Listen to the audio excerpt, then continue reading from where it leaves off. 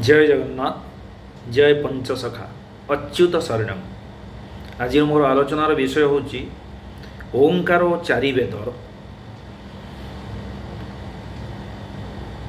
अकारु रुक्पुणी जजुर उकारु जन्म होइछि सामवेद मकारु।